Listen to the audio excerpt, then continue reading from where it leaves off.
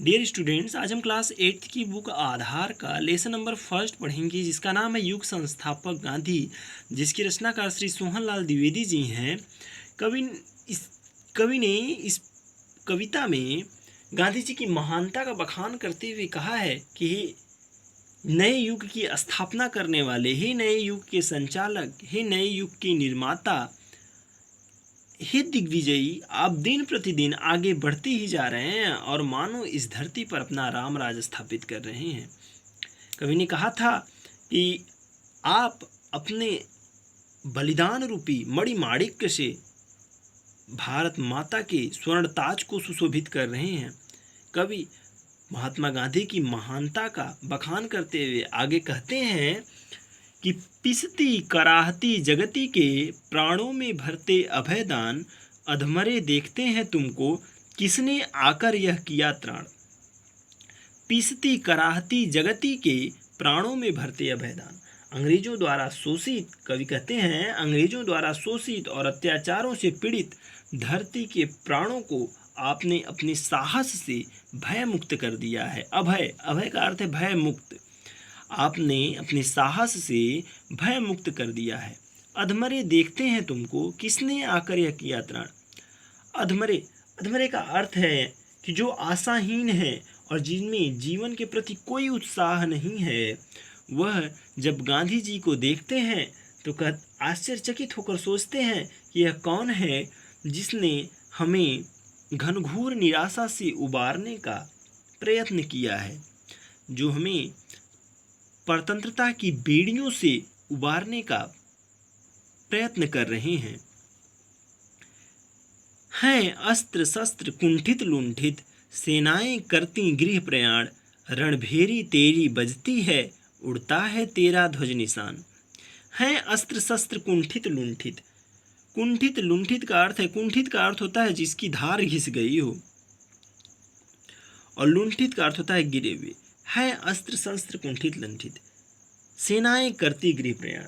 कवि कहते हैं कि स्वतंत्रता सेनानियों का अस्त्र शस्त्र अब मानो घिस चुका है और वे स्वतंत्रता सेनानी थक कर घरों की तरफ प्रस्थान कर रहे हैं। रणभेरी तेरी बजती है, परंतु उस स्थिति में भी आपकी युद्ध का शंखनाद बज रहा है।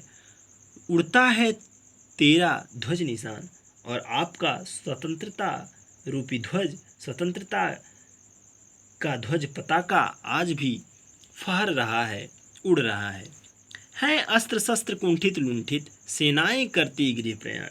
कवि कहते हैं कि वे स्वतंत्रता सेनानी जो कोशिश करके थक चुके हैं, उनका मानो अब अस्त्र शस्त्र, उनके हथियार अब घिस चुके हैं और वे स्वतंत्रता सेनानी थक कर घरों की तरफ प्रस्थान कर रहे हैं।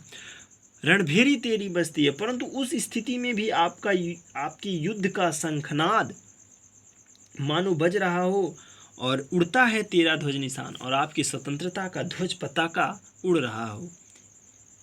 हे युग दृष्टा, हे युग सृष्टा, पढ़ते कैसा यह मोक्ष मंत्र, इस राजतंत्र के खंडहर में उगता अभिनव भारत स्वतंत्र। हे युग दृष्टा, हे दूरदर्शी। कवि गांधी जी को संबोधित करते हुए कहते हैं कि हे इस युग को एक नई दृष्टि से देखने वाले दूरदर्शी, हे युग सृष्टा, हे इस नए युग का सृजन करने वाले, निर्माण करने वाले युग सृष्टा, पढ़ते कैसा यह मोक्ष मंत्र, न जाने आप यह कैसा मोक्ष मंत्र का जाप करते हैं। मोक्ष मंत्र का होता है मुक्ति मंत्र, न जाने आप यह कैसा मुक्ति मंत्र का जाप करते हैं। कवि के कहने का तात्पर्य है कि आप न जाने यह कैसे मंत्र का जाप करते हैं जिससे लोग आपके पीछे स्वतंत्रता को पाने के लिए आपका अनुसरण करते हुए चलते हैं और स्वतंत्रता को पाने में अग्रसर हैं। पढ़ते कैसा यह मोक्ष मंत्र, न जाने आप यह आज़ादी दिलाने का कैसा मंत्र पढ़ रहे हैं। इस राजतंत्र के खंडहर में उगता अभिनव भारत स्वतंत्र। इस राजतंत्र में बच्चों, उस समय राजतंत्र होता था। राजतंत्र का अर्थ होता है उसमें राजा राज करते हैं, उनका एक क्षेत्र होता है और उस पूरे क्षेत्र पे एक राजा का अधिकार होता है।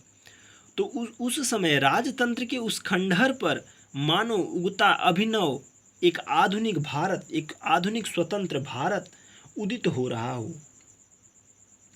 कवि कहते हैं कि इस शक्तिहीन राजतंत्र के धाराशाही खंडहर पर एक नए आधुनिक और शक्तिशाली स्वतंत्र भारत का उदय हो रहा हो।